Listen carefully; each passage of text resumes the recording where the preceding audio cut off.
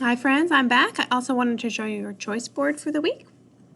So in this choice board, I have compiled some of your favorite activities that you did through the last few weeks for you to choose an activity to do today.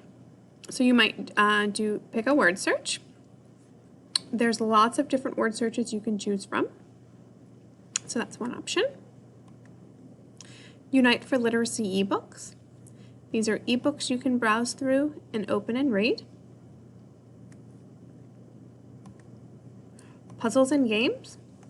This is where I found many of the little activities that you did.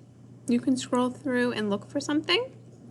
This is where I found a lot of the matching games, puzzles. Looks like there's some dots now.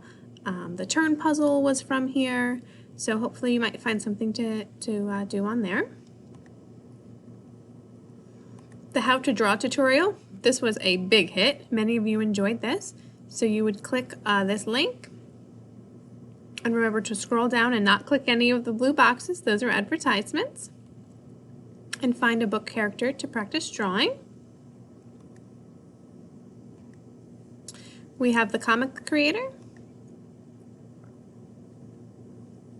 This is where you have the 3 boxes and you're creating your own comic.